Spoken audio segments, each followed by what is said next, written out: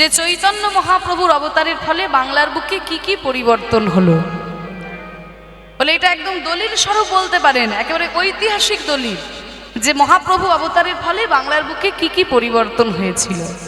প্রথম কি বলছে, বড় অবতার ভাই, বড় অবতার, এমন অবতার আগে কোনোদিন হয়নি আর হবার নয়। কেন মাগো? মহাপ্রভুর আগে তো কত বড় বড় অবতার আমাদের মাঝখানে এসেছে, কই কাউকে তো বড় অবতার বলা হচ্ছে না, মহাপ্রভুকে বলা হচ্ছে। কেন না, পতি তেরে বিলায়লো প্রেমেরও ভান্ডার। মহাপ্রভু কি করেছিলেন না, যারা আমাদের মতো পতিত জীব, যাদের কথা কেউ কোনোদিন ভাবে নাই, তাদেরকে নিয়ে চৈতন্য মহাপ্রভু ভেবেছিলেন। হ্যাঁ, সমাজের অবহেলিত, সমাজের পদদলিত মানুষ, যাদেরকে নিয়ে কেউ কোনোদিন ভাবে নাই, তাদেরকে নিয়ে চৈতন্য মহাপ্রভু ভেবেছিলেন যে ওরে হরির নাম করলেই তোরা উদ্ধার পেয়ে যাবি। জেনে রাখ, ব্রাহ্মণ হয়ে চণ্ডাল হয় যদি কৃষ্ণ তেজে, আর মুচি হয়ে শুচি হয় যদি কৃষ্ণ ভজে। এটা যে মহাপ্রভুর একটা ছড়া তা কিন্তু নয় মাগো, এর ভিত্তিতে শাস্ত্র প্রমাণ রয়েছে। কারণ আজ থেকে 500 বছর আগে ভেবে দেখুন, তখনকার দিনে মনে করা হতো কি, যে যত শাস্ত্রীয় সম্পদ, যত ভালো ভালো জিনিস যা কিছু আছে সব বামুন কায়েতদের জন্য, বাকি সবাই অমানুষ, তাই না? এরকম একটা ধারণা আমাদের সমাজে ছিল কিনা, যে যত শাস্ত্রীয় সম্পদ, যা কিছু ভালো জিনিস সব বামুন কায়েতদের জন্য, বাকি সবাই অমানুষ। কিন্তু এই রকম একটা সময় দাঁড়িয়ে মহাপ্রভু যখন বলছেন ব্রাহ্মণ হয়ে চণ্ডাল হয় যদি কৃষ্ণ তেজে, নবদ্বীপের ব্রাহ্মণ সমাজ নিমাইয়ের দিকে আঙুল তুললো, নিমাই তুমি কেমন কথা বলছো? আর নিমাই তো আমাদের মতো সাধারণ ছাপোষা মানুষ ছিল না, নিমাই হচ্ছে মহাপণ্ডিত। সঙ্গে সঙ্গে নিমাই শাস্ত্র দেখিয়ে দিল যে দেখুন ব্রাহ্মণগণ, আমি যে কথা বলছি তা তো শাস্ত্র প্রমাণ রয়েছে। কারণ 18 পুরাণের মধ্যে শ্রেষ্ঠ পুরাণ শ্রীমদ্ ভাগবত পুরাণে প্রহ্লাদ মহারাজ নিজে বলেছেন, বিপ্রাদ বিসর্গনয়ুতাতরবিন্দ নাভ পাদারবিন্দ বিমুখাৎ স্বপচং বরিষ্ঠং মন্যে তদর্পিত মনোবচনে হিতার্থং প্রাণং পুনাতি শকুলং নত ভূরি মানঃ। বলছে বিপ্রাদ বিসর্গনয়ুতাতরবিন্দ নাভ পাদারবিন্দ বিমুখাৎ স্বপচং বরিষ্ঠং। ব্রাহ্মণ দ্বাদশ গুণযুক্ত, কিন্তু সেই ব্রাহ্মণও যদি ভগবানের চরণ থেকে সরে চলে আসে, ব্রাহ্মণ বংশে জন্মগ্রহণ করেছো তুমি, কিন্তু জীবনে কোনোদিন গায়ত্রী মন্ত্র উচ্চারণ করলে না। ব্রাহ্মণ বংশে জন্মগ্রহণ করেছো, জীবনে কোনোদিন নারায়ণের চরণে তুলসী পাতা দেয়নি, হ্যাঁ, পৈতেটাকে আম গাছে ডালে তুলে রেখে দিয়েছে, এমন ব্রাহ্মণও অনেক আছে। তা এইরকম যদি কোনো ব্রাহ্মণ হয়, ভগবানের চরণ থেকে সরে চলে আসে, পাদারবিন্দ বিমুখাৎ স্বপচং বরিষ্ঠং, তার থেকে আমি চণ্ডালকে শ্রেষ্ঠ বলে মনে করি। তবে কোন চণ্ডাল? হরিবল।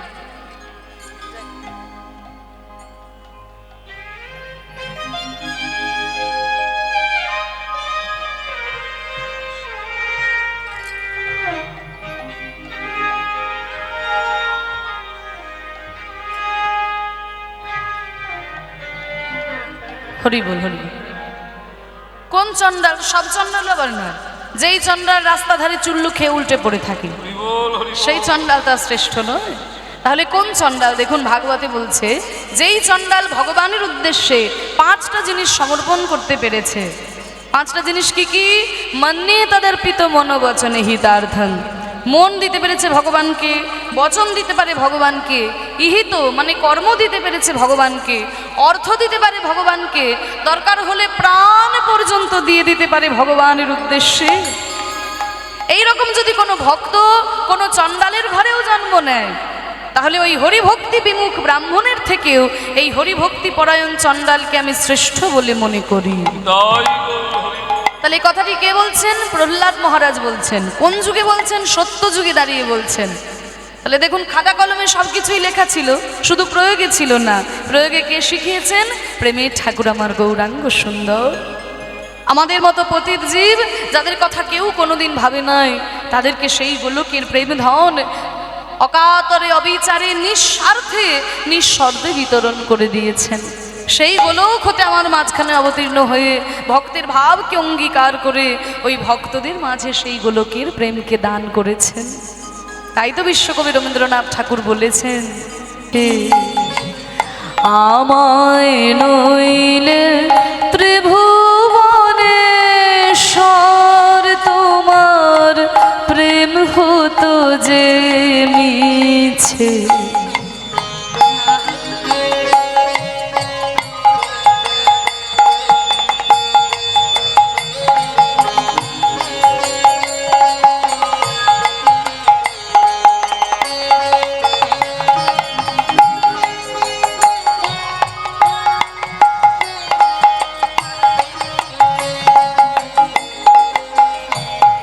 বলছে তাই তোমার আনন্দ আমার পর, তুমি তাই এসেছো নিচে, আমায় নইলে ত্রিভুবনেশ্বর, তোমার প্রেম হতো যে মিছে। ভক্তের প্রাণে আনন্দ দেওয়ার জন্য গোলক হতে ভগবান আমাদের মাঝখানে অবতীর্ণ হয়েছেন। আচ্ছা বলুন তো, ভগবানকে কে চিনত, কে পুজো করত, যদি ভক্ত ভগবানের চরণে গিয়ে শরণ না নিত? ভক্ত ভগবানের চরণে গিয়ে শরণ নেয়, তাই তো ভগবানের মহিমা প্রকাশিত হয়। তাহলে তোমার এই যে গোলকের প্রেম ধন, যেই প্রেম লক্ষ্মী দিন রাত বিষ্ণুর চরণ সেবা করে পায় নাই, যেই প্রেম ব্রহ্মা চতুর্মুখে বিষ্ণুর নাম করে পায় নাই, সেই গোলকের প্রেম ধন তুমি কাকে দান করতে যদি ভক্ত না থাকতো? তাই বলছে আমায় নইলে ত্রিভুবনেশ্বর, তোমার প্রেম হতো যে মিছে। কত সুন্দর কথা। আমায় নিয়ে মেলেছ এই মেলা, আমার হিয়ায় চলেছে রসের খেলা, আমায় নিয়ে মেলেছ এই মেলা, আমার হিয়ায় চলেছে রসের খেলা, মোর জীবনে বিচিত্র রূপ ধরে তোমার ইচ্ছা তরঙ্গিছে। আমায় নিয়ে মেলেছ এই মেলা, আমার হিয়ায় চলছে রসের খেলা। দেখুন, ভক্তকে নিয়ে ভগবান এই পৃথিবীতে মেলা বসিয়েছে। ও মাইরা, মেলা কাকে বলে? ওই ঠাকুমা ঘুমিয়ে গেছে, দেখো, ওঠো ওঠো, সবে 10টা বেজেছে, এখন ঘুমানোর কিছু নেই, ওঠো। মেলা কাকে বলে গো?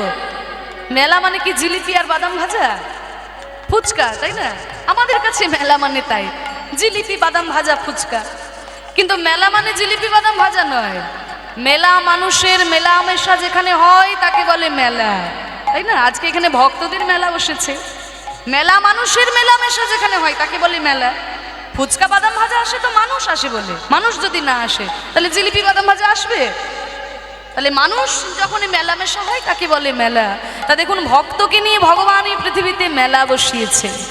আমার হৃদয় চলছে রসের খেলা। দেখবেন মেলাতে কত নাগরদোলনা থাকে, তাই না? কত পুতুল নাচ থাকে। ওপর থেকে সুতো ধরে পুতুলকে যেমন নাচায়, পুতুল কিন্তু তেমনই নাচে। তাহলে আমাদের জীবনটাও কিন্তু ভগবানের কাছে পুতুল খেলা। তিনি যেমন নাচাচ্ছেন আমরা তেমন নাচছি, তিনি যদি হাসাচ্ছেন আমি হাসছি, তিনি যদি কাঁদাচ্ছেন আমি কাঁদছি। আমার জীবনে ভগবান নানান রূপে তার ইচ্ছা পূর্ণ করে চলেছে। মোর জীবনে বিচিত্র রূপ ধরে তোমার ইচ্ছা তরঙ্গিছে, তাই তোমার আনন্দ আমার পর তুমি।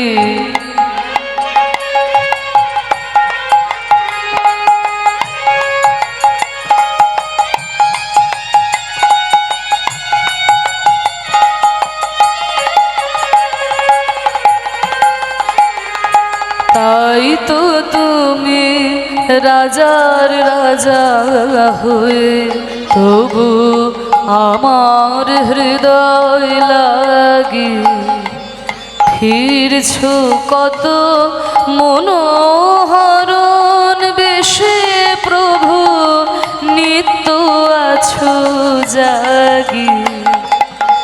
তাই তো তুমি রাজার রাজা হয়ে তবু আমার হৃদয় লাগি ফিরছ কত মনোহরণ বেশে। তুমি রাজার রাজা, কিন্তু ভক্তের প্রাণে আনন্দ দেওয়ার জন্য ভগবান কত রূপে এসেছেন। কখনো রাজা হয়ে এসেছেন, আবার কখনো ভিখারি হয়েও এসেছেন, তাই না? 10 অবতারের মধ্যে কত অবতার রয়েছে? কেশব ধৃত মীন শরীর, মৎস্য রূপে এসেছেন। কেশব ধৃত কুর্ম শরীর, কুর্ম রূপে এসেছেন। অনেকে বলতে চায় এগুলো ভগবানের অবতার। মৎস্য কুর্ম ভগবানের অবতার। কেউ দেখে বলবে ভগবান, যা খুশি তাই লিখে দিয়েছে, ঠিক না? বলে কেন ভগবান নয়? মৎস্য কুর্ম তো ছেড়েই দিলাম, তারপরে বরাহ ভগবানের অবতার। কেউ দেখে বলবে, বলে কেন ভগবানের অবতার হতে পারে না? তিনি যখন রামচন্দ্রের মতো রাজা হয়ে আসছেন তখন তিনি ভগবান, তিনি যখন কৃষ্ণচন্দ্রের মতো রাজা হয়ে আসছেন তখন তিনি ভগবান, আর যখন বরাহ কুর্মের মতো কুৎসিত রূপে আসছে তখন তার মান সম্মান কমে যাচ্ছে। আমাদের কাছে হয়তো মনে হতে পারে তার মান সম্মান কমে যাচ্ছে, তার কিন্তু মান সম্মান কমে না। ছোট্ট উদাহরণ দিয়ে আপনারা বুঝতে পারবেন। মনে করুন একজন দাদু কোটি কোটি সম্পত্তির মালিক, কোটি কোটি সম্পত্তির মালিক দাদু, হ্যাঁ, 200 বিঘা তার জমি আছে, কত কোটি টাকার ব্যাংকে জমানো আছে। এবার ওই 200 বিঘা সম্পত্তির মালিক দাদু, তার ছোট্ট নাতি যদি ওই দাদুকে বলে, ও দাদু, ও দাদু, তুমি একটু ঘোড়া হও না, আমি তোমার কাঁধের উপরে উঠবো। তা সেই দাদু কি নাতিকে বলবে, এই বেটা, তোর সাহস তো কম নয়, তুই জানিস আমার কত বিঘা জমি আছে, আমার ব্যাংকে 50 কোটি টাকা জমানো আছে, তোর সাহস তো বন্ধ নয়, তোর জন্য ঘোড়া হয়ে আমি তোকে কাঁধে নেব? এইরকম কি কোনো দাদু তার নাতিকে বলবে? কোনো দাদু কি নাতিকে বলবে? যদি কোনো দাদু বলে তবে সে দাদু বেরসিক দাদু, তার মধ্যে কোনো রসকস নেই, তাই না? তাহলে দাদু কি বলবে যে, দাদু ভাই, আমাকে ঘোড়া করে তুমি আমার কাঁধের উপরে উঠবে? তাই দেখো দাদু ভাই, তোমার মন রাখার জন্য আমি তোমার জন্য ঘোড়া হলাম, এই নাও তুমি আমার কাঁধের উপরে ওঠো। কিন্তু দেখো বাবু, আমি তো বুড়ো ঘোড়া, তুমি যেন আমাকে শক্ত করে ধরে থাকবে, তুমি যেন পড়ে যেও না দাদু ভাই। তাহলে ওই ছোট্ট নাতির মন রাখার জন্য 200 বিঘা সম্পত্তির মালিক দাদু যদি নাতিকে ঘোড়া হয়ে কাঁধে করে নিয়ে যায়, তবে কি তার মান সম্মান কমে যাবে? কখনোই কমে যাবে না। তাহলে ভক্তের প্রাণে আনন্দ দেওয়ার জন্য ভগবান যেমন রাজা হয়ে এসেছেন, বরাহ কুর্ম বামনের মতো কুৎসিত রূপেও এসেছেন, যেই রূপেই আসেন না কেন তিনি হচ্ছেন আমার সেই ভগবান, তিনি রাজার রাজা। শুধু আমার প্রাণে আনন্দ দেওয়ার জন্য তিনি রাজা হয়েও এসেছেন, আবার কখনো ভিখারি হয়েও এসেছেন। তাই তো তুমি রাজার রাজা হয়ে তবু আমার হৃদয় লাগি ফিরছ কত মনোহরণ বেশে প্রভু, নিত্য আছো জাগি। তাই তো প্রভু হেথা এলো নেমে, তোমার প্রেম ভক্ত প্রাণের প্রেমে। তাই তো প্রভু হেথা এলো নেমে, তোমার প্রেম ভক্ত প্রাণের প্রেমে। মূর্তি তোমার যুগল সম্মিলনে সেথায় পূর্ণ প্রকাশিছে। আস্তে দেখুন রবীন্দ্রনাথ ঠাকুরের কত সুন্দর কথা, দেখুন কত বড় দর্শন। তাই তো প্রভু হেথায় এলো নেমে, তোমার প্রেম ভক্ত প্রাণের প্রেমে। তুমি এই প্রেমকে দান করলে, কি হলো? মূর্তি তোমার যুগল সম্মিলনে সেথায় পূর্ণ প্রকাশিছে। এটা বিরাট বড় কথা। বলছে কি, একমাত্র আমাদের সনাতন ধর্ম বাবা, যেই ধর্মে একই আসনে ভগবানের সঙ্গে ভক্তের পুজো করা হয়। পৃথিবীর অন্য কোনো ধর্মে হয় না। হয় কোনো ধর্মে দেখাতে পারবেন ভগবানের সঙ্গে ভক্তের পুজো হয়? একমাত্র আমাদের সনাতন ধর্মে হয়। দেখুন, যে আসনে রামচন্দ্র পুজো পায়, ওই একই আসনে কিন্তু হনুমানও পুজো পায়। হনুমান রামচন্দ্রের ভক্ত। যে আসনে মহাপ্রভু পুজো পাচ্ছেন, ওই একই আসনে শ্রীবাস পণ্ডিতও পুজো পাচ্ছেন। শ্রীবাস পণ্ডিত তিনি তো মহাপ্রভুর ভক্ত। তাহলে একই আসনে ভক্ত ভগবান পুজো পাচ্ছে একমাত্র আমাদের ধর্মে। কারণ আমাদের ধর্মে মনে করা হয়, যেখানে শুধু ভগবানের পুজো হয় সেখানে অর্ধেকটা ভগবানের পুজো হয়, আর যেখানে ভক্ত ভগবানের পুজো হয় সেখানে পূর্ণ ভগবানের পুজো হয়। নিতাই গৌর হরি বল। তাই তো প্রভু হেথায় এলো নেমে, তোমার প্রেম ভক্ত প্রাণের প্রেমে। মূর্তি তোমার যুগল সম্মিলনে সেথায় পূর্ণ প্রকাশিছে। তাই তোমার আনন্দ আমার পর, তুমি তাই এসেছো নিচে। আমায় নইলে ত্রিভুবনেশ্বর, তোমার প্রেম হতো যে মিছে। তাই তোমার আনন্দ আমার পর। নিতাই গৌর প্রেমানন্দে হরি বল হরি বল। তাই ভক্তের প্রাণে আনন্দ দেওয়ার জন্য ভগবান নেমে এসেছেন, গোলকের প্রেমধন ভক্তদের মাঝে বিতরণ করে দিয়েছেন। তাই সেই ভক্ত ভগবানের কথাই আমরা আস্বাদন করব, কারণ ভক্ত ভগবান একে অপরকে ছাড়া অসম্পূর্ণ। তাই সেই ভগবান শ্রীকৃষ্ণ বন্ধু হিসেবে কেমন ছিলেন আজকের লীলায় আমরা দর্শন করব। তা চলুন তার আগে একটু গৌরচন্দ্রিকাটা আস্বাদন করে নিই। তাহলে মহাপ্রভু সম্পর্কে কি বলছে? বড় অবতার ভাই, বড় অবতার, পতিতের বিলায়ালো প্রেমেরও ভাণ্ডার। আর কি হলো গৌর অবতারের ফলে?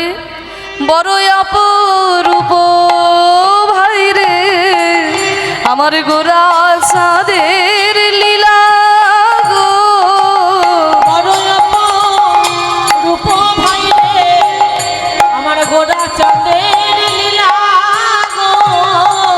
দেখো রাজা হয়ে ওই কাঁধে করে বৈষ্ণবের ঝোলা গো, রাজা হইয়া কাঁধে করে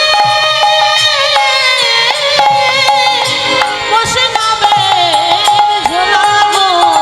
রাজভিমান দূরে যা, অভিমান দূরে যায়, রাজভিমান দূরে যা, অভিমান দূরে যায়, হরি বলে কারোর পানে চাই তারে অভিমান দূরে যায়। বলে কারোর প্রাণে চাইতে অভিমান দূরে যায়। প্রতাপ রুদ্র রামানন্দ প্রমাণে আছে অভিমান দূরে যায়। রামানন্দ প্রমাণে আছে অভিমান দূরে যায়। তারা কেঁদে কেঁদে ধুলাই লুটায়, হাগর তোমার হলাম বলে হরি বল। তোমার হলামে বলে, তোমার হলামে বলে, তোমার হলামে বলে, তোমার হলামে বলে।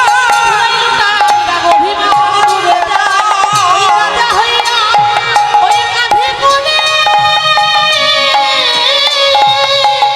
বৈষ্ণবের ঝোলা গো। বড় অপরূপ ভাই গোরা চাঁদের লীলা। দেখো রাজা হয়ে কাঁধে করে বৈষ্ণবের ঝোলা।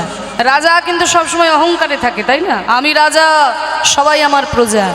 মহাপ্রভুর অবতারের ফলে দেখুন সেই রাজা পর্যন্ত অহংকার পরিত্যাগ করে হাগৌর কিছু চাই না বলে মহাপ্রভু চরণের শরণ নিয়েছেন। রাজা প্রতাপরুদ্র মহাপ্রভুর কৃপা পাওয়ার জন্য শ্রীমদ্ ভাগবতের শ্লোক মুখস্থ করে মহাপ্রভুকে শুনিয়েছিলেন। রামানন্দ জমিদারিকে পরিত্যাগ করে হা গৌর কিছু চাই না বলে তার চরণের শরণ নিয়েছিলেন।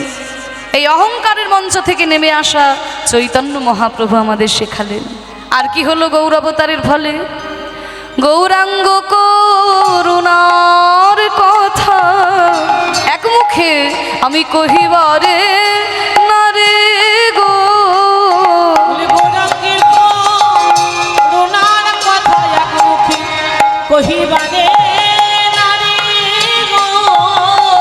ওই সংকীর্তন মাঝে নাচে কুলের হারে গো, সংকীর্তন মাঝে নাচে কুলের বহারি গো। তাদের দেহ স্মৃতি নয়, স্মৃতি নাই, দেহ স্মৃতি নয়, দেহ স্মৃতি নাই, সংকীর্তনে বাহু তুলে নাচে দেহ স্মৃতি নয়। তনে বাহু তুলে নাচে দেহ স্মৃতি নাই। তনে বাহু তুলে নাচে, হা গৌর তোমার হলাম বলে হরি বল। বলে, তোমার হলামে বলে, তোমার হলামে বলে। নাচে দেহ স্মৃতি নাই। আই সংকীর্তন মাঝে নাচে কুলের বহারি গো। গৌরাঙ্গ করুণার কথা এক মুখে কহিবারে নারী। দেখো সংকীর্তন মাঝে নাচে কুলের বহারি। ও মায়েরা, মহাপ্রভু অবতারের ফলে এটা বাংলায় হলো। বাংলার বুকে যারা মায়েরা তারাও কিন্তু ঘর থেকে বাইরে বেরিয়ে এসে এই যে দুটি বাহু তুলে হরিনাম করছে, এটা চৈতন্য অবতারের ফলে বাংলায় সম্ভব হয়েছিল, জানো তো মা? তা না হলে মধ্যযুগের প্রত্যেকটা ধর্মেই মেয়েদেরকে পিছিয়ে রাখার একটা প্রবণতা ছিল। শুধু আমাদের ধর্ম বলে নয়, সমস্ত ধর্মেই ছিল। কিন্তু চৈতন্য মহাপ্রভুর অবতারের ফলে এই যে নারী পুরুষ এই ভেদাভেদটাও দূর হয়ে গেল। তাই তো দেখুন নিত্যানন্দ প্রভুর অপ্রকটের পর তার স্ত্রী মা জাহ্নবা দেবী শত শত ভক্তদের দীক্ষা দিয়েছেন। দীক্ষা দিয়ে আন্দোলনকে অনেক বড় আকার তারা দান করেছিলেন। মহাপ্রভু বললেন হরি নামের যে কোনো ভেদাভেদ নাই, হরের নাম হরের নামই বা কেবলম কলৌ নাস্তেব্য নাস্তেব্য নাস্তেব্য গতির অন্যথা। কলিযুগে হরিনাম ছাড়া অন্য কোনো গতি নাই, হরি নাম করলেই তোরা উদ্ধার পেয়ে যাবি। তাই দুটি বাহু তুলে তোরা আমার সঙ্গে বল, প্রেমানন্দে মেতে হরি বলো, হরি নামের বন্যা জেলো। প্রেমানন্দে মেতে হরি বল, হরি বল। হরি নামে বন্যা জেলো। প্রেমানন্দে মেতে হরি বলো, হরি নামে বন্যা জেলো। প্রেমানন্দে মেতে হরি বল, হরি নামে বন্যা জেলো।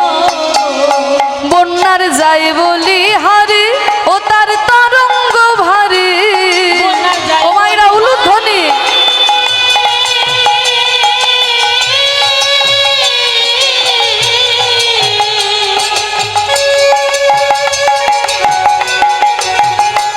ও তার তরঙ্গ ভারী।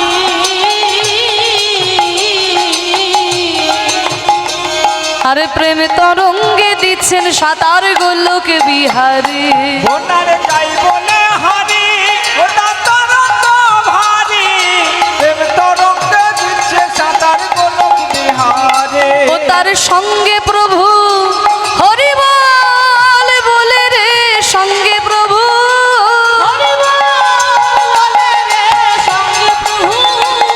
আরে সঙ্গে প্রভু নিত্যানন্দ পাথালে সাঁতার দিল। সঙ্গে প্রভু নিত্যানন্দ পাথারে সাঁতার দিল। হরি নামের বন্যা জেলো।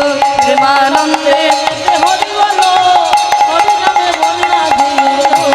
প্রেমানন্দে মেতে হরি বলো, হরি নামে বন্যা জেলো। হরি নামের বন্যা মহাপ্রভু নিয়ে এলেন আমাদের এই বাংলার মাঝে। এই বন্যাটা কেমন বন্যা?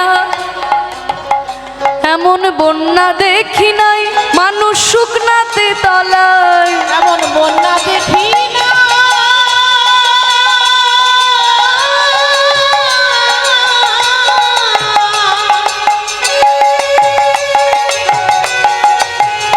মানুষ শুকনাতে তলায়।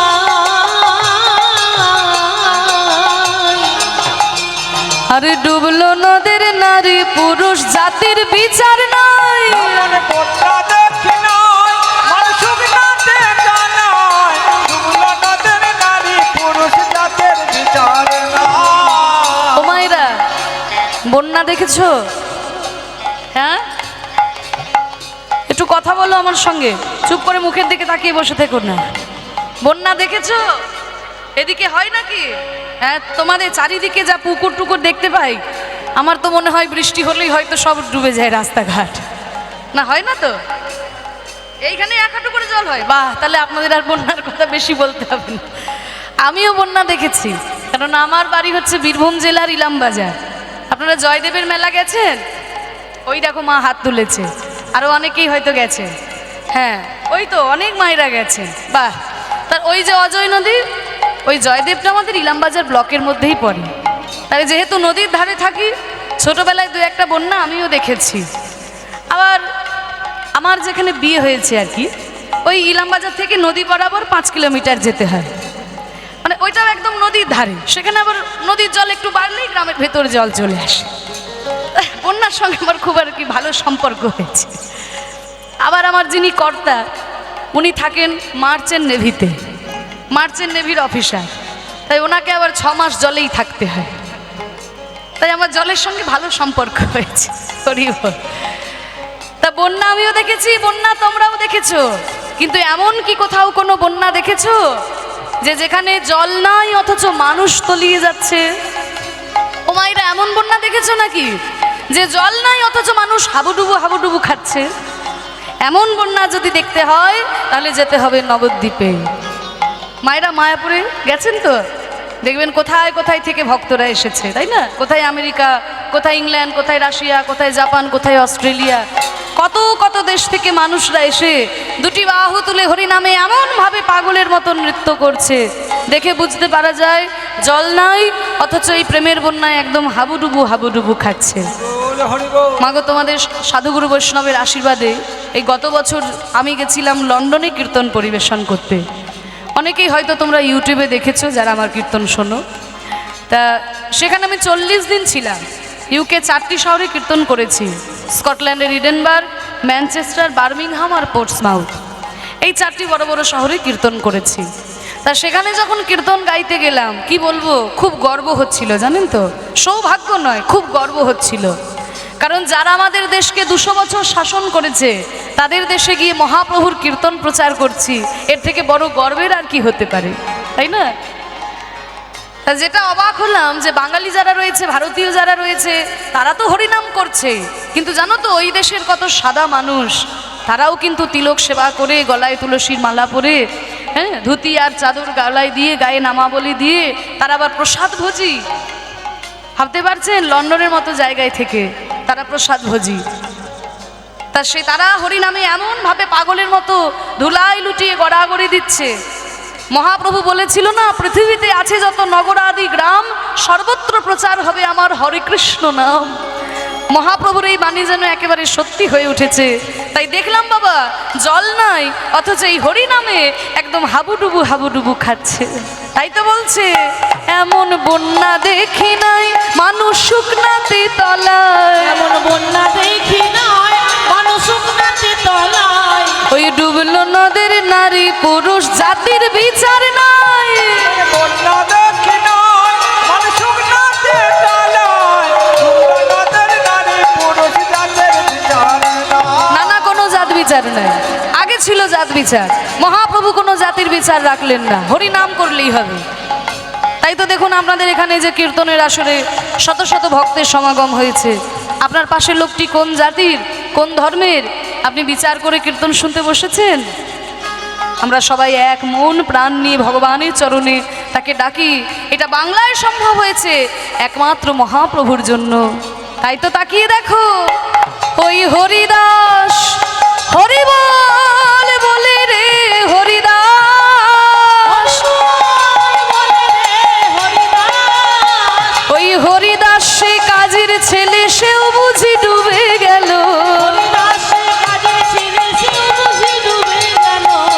হরি নামের বন্যা যে এলো, প্রেমান নিতাই গৌর হরি বল। প্রেমানন্দের দেশে হরি মন, হরি নামে বন্যা যেন। কি গো মায়েরা, তাহলে তোমরা একটু হরি নামের বন্যায় একটু ডুবতে চাও? এমনি বন্যায় তো ডুবে গেছো বলেছো, এখানে তো হাঁক হাঁটু জল হয়েছিল, তা আজকার একটু ডুববে নাকি? ঘাড় নাড়ালে হবে না, একটা কাজ করতে হবে। ঠান্ডার মধ্যে কষ্ট হবে কিন্তু, বলবো একটু চাদর থেকে হাতগুলো বের করো। চাদর মুড়ি দিয়ে সব বসে আছে, একটু চাদর থেকে হাতগুলো বের করে দুটো হাত ওপর দিকে তোলো। ও পিছন দিকের মায়েরা, ওই পিছনে প্যান্ডেলে বসে আছো, তোলো তোলো, আমি সবাইকে দেখতে পাচ্ছি। যে হাত না তুলবে আমি কিন্তু আঙুল দেখে দাঁড় করিয়ে দেবো। যার হাত নাই, যার হাত নাই তার তোলা দো। ওই যে পিছন দিকে বাবারা মায়েরা, তুলুন ওপর দিকে হাত তুলুন, নামাবেন না, তুলুন তুলুন। এবার একটু করতালি, বাহ! একবার হরি বলে বলে তোমরা নামো সেই জলে, হরি বল বলে তোমরা নামো সেই জলে, আরে হরি বলে বলে তোমরা নামো সেই জলে। ডুবলো যে জন পেল রতন সন্তোষ তাই বলে। হরি বল বলে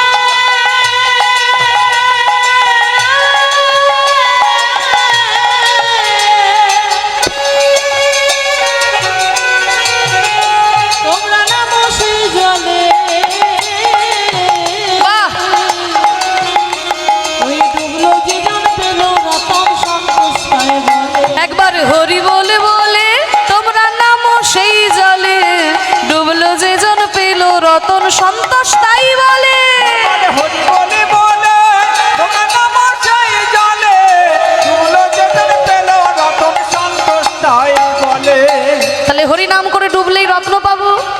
বলে না, শুধু ডুবলেই রত্ন পাবে না, রত্ন তুলতে গেলে ডুবার মতো ডুবতে হবে, তা নইলে শুধু হাবুডুবু খাওয়া হবে, রত্ন তুলতে পারবে না।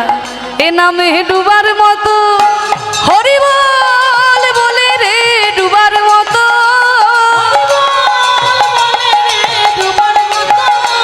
ওই ডুবার মতো যে ডুবেছে সেই ডুবে রতন পেল, হরি নামের বন্যা যে এলো প্রেমানন্দ হরি বল। প্রেমানন্দে মেতে হরি মন হরি নামে বন্যা যে এলো।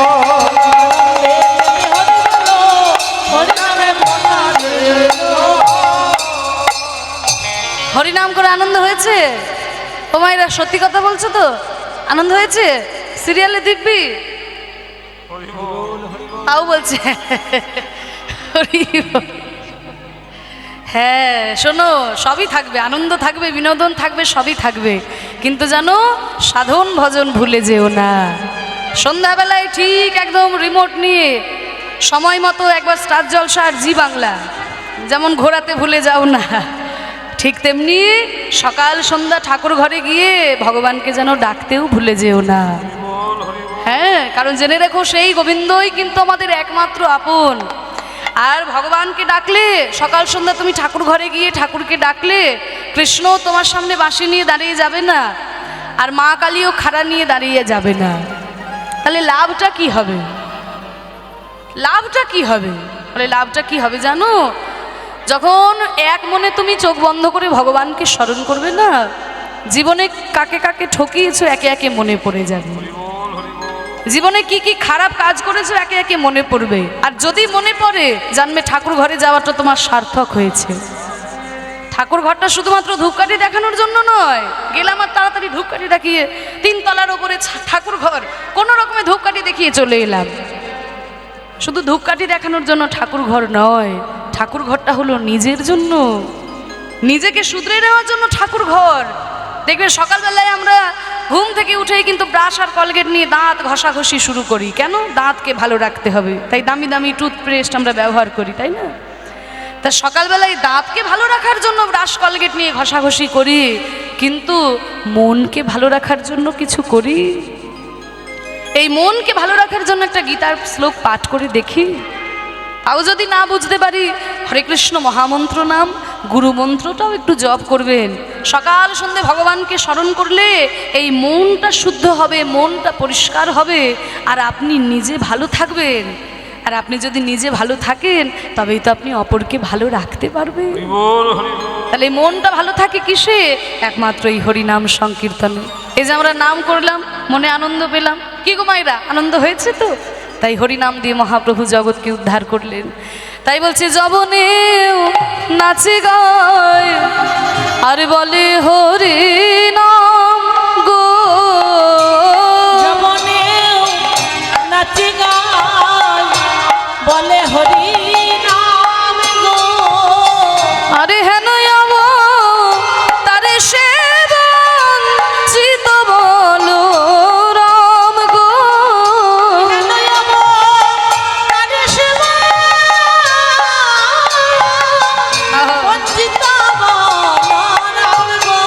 আমি বঞ্চিত হলাম,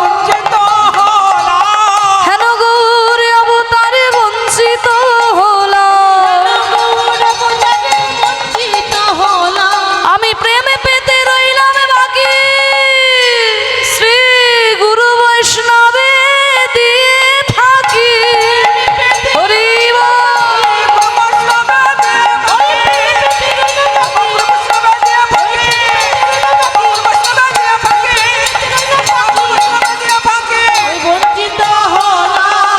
বঞ্চিত বলো রাম গো, কেন অবতারে বঞ্চিত বলো রাম রে, এ অবতার বলো রাম রে, অবতার বঞ্চিত বলো রাম রে। বলো রাম রে, অবতার বঞ্চিত বলো রাম রে। কেন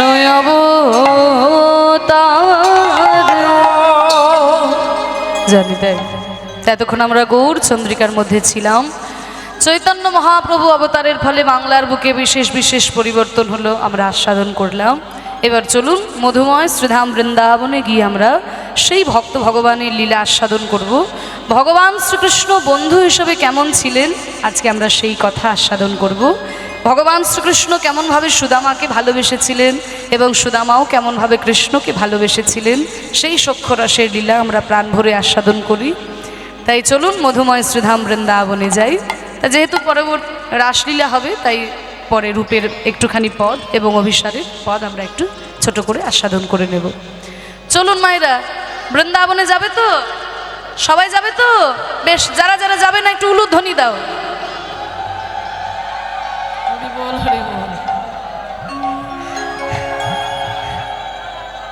কেউ যাবে না?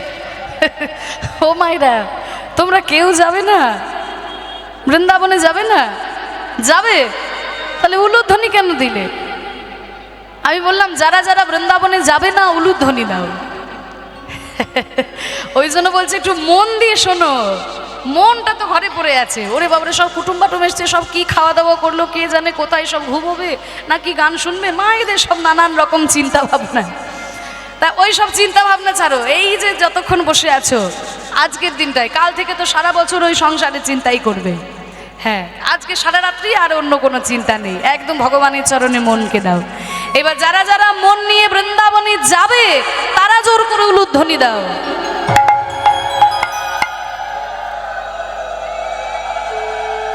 বাহ, খুব সুন্দর হয়েছে। আর দুটি বাহু তুলে প্রেমানন্দে নিতাই গৌর হরি বল। হাত তুলেছেন বটে, সবাই হাত তুলেছে, কিন্তু খুব একটা জোর হলো না গো। একটু জোর করে, একটু চিৎকার করে, বাড়িতে যারা ঘুমিয়ে গেছে তারা যেন ঘুম ভেঙে যায়। নিতাই গৌর প্রেমানন্দে হরি বল। বাহ, ভালোই হয়েছে, যদিও ঘুম ভাঙবে না তাও ঠিক হয়েছে। তা চলো বৃন্দাবনে যাই। কিন্তু বৃন্দাবনে যেতে গেলে তো আর বাংলা কথা চলবে না, সেখানে যেতে গেলে একটু হিন্দি কথা শিখে নেওয়া দরকার। কারণ এতক্ষণ মহাপ্রভুর সঙ্গে ছিলাম, উনি হচ্ছেন আমাদের বাঙালির ভগবান। আর এখন যার কাছে যাচ্ছি তিনি হচ্ছেন উত্তরপ্রদেশের ভগবান। তা তার কাছে যেতে গেলে একটু হিন্দি কথাটা শিখে নেওয়া ভালো। রে মন মনवा अब चलो रे वृंदावन में, अब तक थे हम गंगा जी के किनारे में और देख रहे थे महाप्रभु जी का लीला। अब चलो वृंदावन में और जाके देखे हमारे भगवान कैसे लीला रचाते हैं।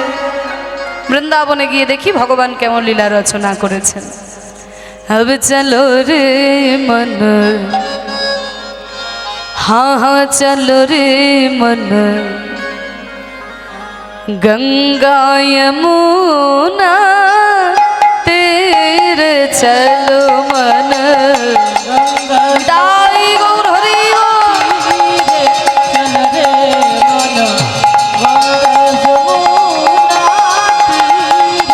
চলো রে মন গঙ্গা যমুনা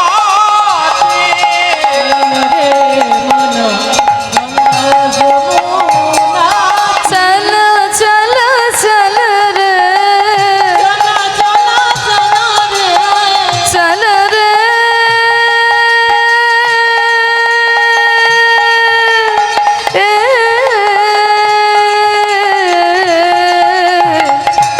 गंगा यमुना तीरे चले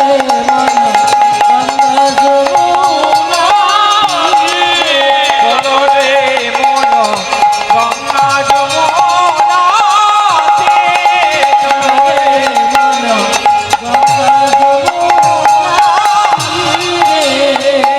গঙ্গার যমুনার তীর ধরে আমরা বৃন্দাবনে যাব। গঙ্গা যমুনা নির্মল পানি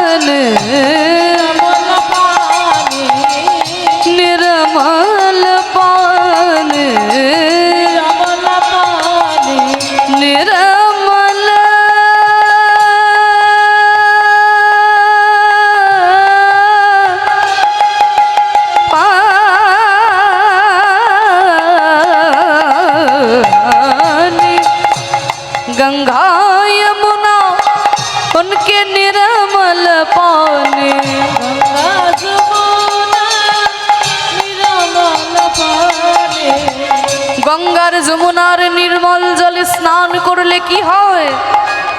না আমাদের এই দেহটা পবিত্র হয়ে যায়। তাই বলছে শীতল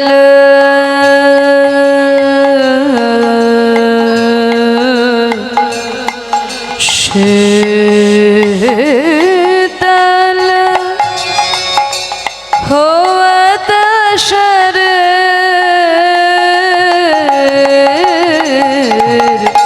गंगा यमुना तीर चल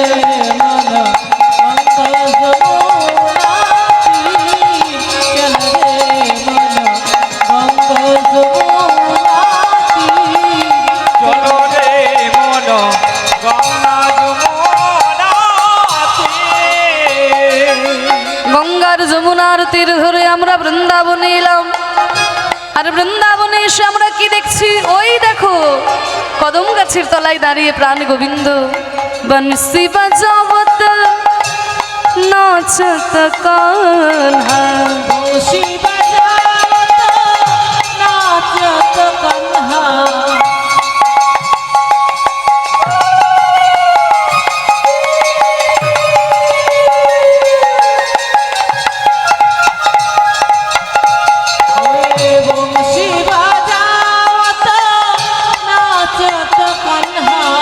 बंसी बजावत नाचत कान्हा,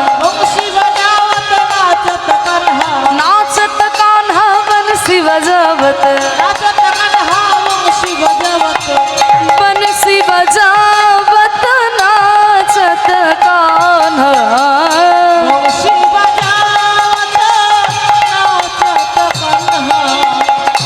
जो भगवान इतने सुंदर बांसुरी बजाते हुए नाच रहे हैं, उनके साथ कौन है? देखिए, যেই ভগবান এমন সুন্দর বাঁশি বাজাতে বাজাতে নৃত্য করছেন, তার সঙ্গে কে আছে?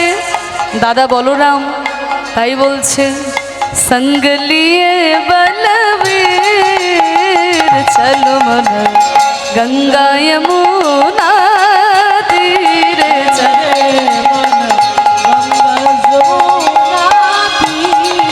চলো রে মন গঙ্গা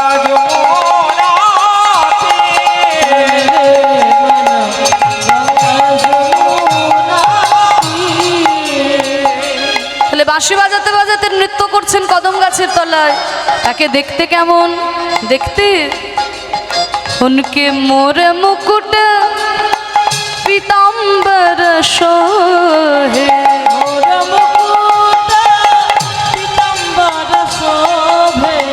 মাথায় রয়েছে ময়ূর পুচ্ছের চূড়া, আর অঙ্গে রয়েছে হলুদ রঙের কাপড়। দেখে মনে হচ্ছে যেন সোনা ঝরে ঝরে পড়ছে। মোর মুকুট और पीताम्बर शोहे,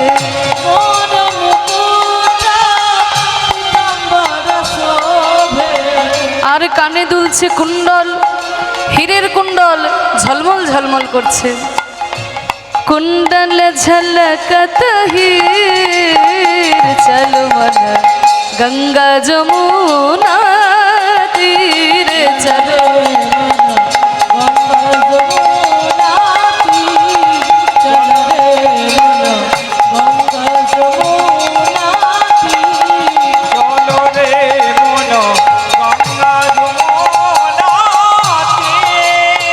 তা দেখুন এত সুন্দর ভজন, যেন মনে হচ্ছে ভজন শুনতে শুনতেই বৃন্দাবনে চলে এলাম, তাই না?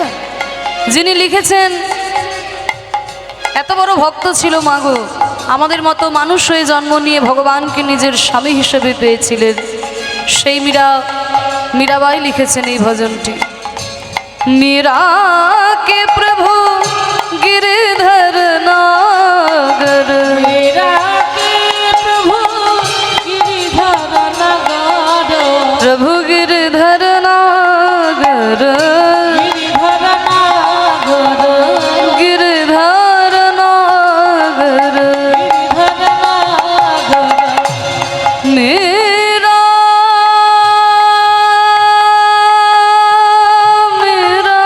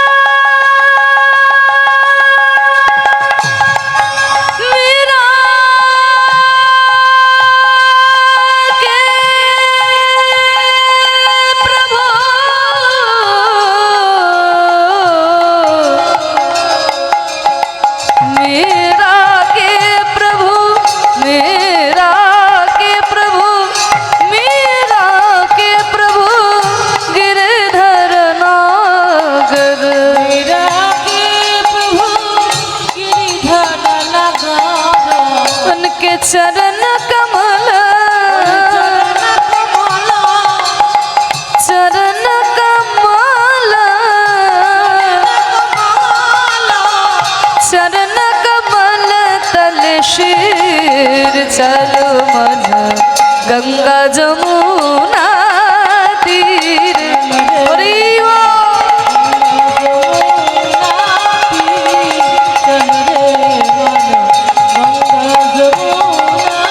চল মন বৃন্দাবন চল মন বৃন্দাবন বৃন্দাবন মধুর বৃন্দাবন মধুর बोल राधे राधे राधे राधे বৃন্দাবনের একটাই নাম, কি নাম গো? রাধে রাধে। কারণ বৃন্দাবনে যেদিকেই যাও সেদিকে রাধা। মন্ত্রী থেকে রিক্সাওয়ালা কেউ কৃষ্ণ কৃষ্ণ বলে না, সবাই বলে রাধে রাধে। তাহলে আমরাও যখন এসেছি আমরাও গাইবো, আমরাও বলবো করতালি দিয়ে সবাই মিলে রাধে রাধে রাধে রাধে রাধে রাধে। একটু জোর করে বলো, আমি যাই বলি তোমরা বলবে রাধে রাধে, কেমন? বৃন্দাবন মে श्याम कुंड में राधा कुंड में जोर से बोलो कुसुम सरोवर गोवर्धन में बंसी बट में बरसाने में नंदगांव में केसी घाट में दान गली में मान गली में भक्तों की प्यारी न्यारे न्यारे श्री राधे राधे बोलो राधे राधे श्री राधे राधे जय राधे राधे बोलो राधे राधे श्री राधे राधे जय राधे राधे राधे श्री राधे राधे राधे जय राधे राधे श्री राधे राधे राधे राधे राधे राधे राधे। बोलो वृंदावन धाम की, राधा रानी की, श्याम सुंदर की, गोस्वामी वृंद की, अपन अपन गुरु महाराज की, हरि नाम संकीर्तन की, आजकेर हरिबासर की। মধুময় শ্রীধাম বৃন্দাবনে আমরা এলাম, কিন্তু মনকে নিয়ে যেতে হবে বৃন্দাবন। আর মনটা যদি এই নিহাটাতে পড়ে থাকে তাহলে বৃন্দাবনে দেহ নিয়ে গিয়েও আমাদের কোনো লাভ হবে না। হরি বল। কারণ মনের আমাদের এমন ক্ষমতা আছে যে স্বর্গের মধ্যেও নরক তৈরি করে দিতে পারে, আবার নরকের মধ্যেও স্বর্গ তৈরি করে দিতে পারে। মনের আমাদের এমন ক্ষমতা আছে। আমি যখন ইংরাজি অনার্স পড়েছিলাম, আমাদের বর্ধমান ইউনিভার্সিটির সিলেবাসে জন মিল্টনের প্যারাডাইস লস্ট বলে একটা এপিক মহাকাব্য ছিল। যখন অনার্স করেছিলাম, আপনাদের আশীর্বাদ মাথায় নিয়ে সেই ছোট্টবেলা থেকে, সেই 5 বছর বয়স থেকে আমি কীর্তন পরিবেশন করছি। আমার প্রথম কীর্তন শিক্ষা, এই যে আমার বাবা কিবোর্ড বাজাচ্ছেন, কীর্তনিয়া গদাধর দাস, উনি আমাকে সেই ছোট্টবেলায় 5 বছর বয়সে কোলে করে আসরে তুলেছিলেন। পরবর্তীকালে কীর্তন সম্রাট শ্রী সুমন ভট্টাচার্য মহাশয় তিনি কৃপা করেছেন এবং কীর্তনের মূল ঘরানার গান তিনি কৃপা করে শিখিয়েছেন। সেই সঙ্গে আপনাদের আশীর্বাদে আমি বর্ধমান ইউনিভার্সিটি থেকে ইংরাজি এমএ করেছি, বিএড করেছি। তারপরে এই কলকাতা রবীন্দ্র ভারতী বিশ্ববিদ্যালয় থেকে এই কীর্তন বিষয় নিয়ে আমি আরেকটা এমএ কমপ্লিট করলাম। আপনারা আশীর্বাদ করবেন যেন হরিনামের সঙ্গে সঙ্গে শিক্ষাও চালিয়ে যেতে পারি।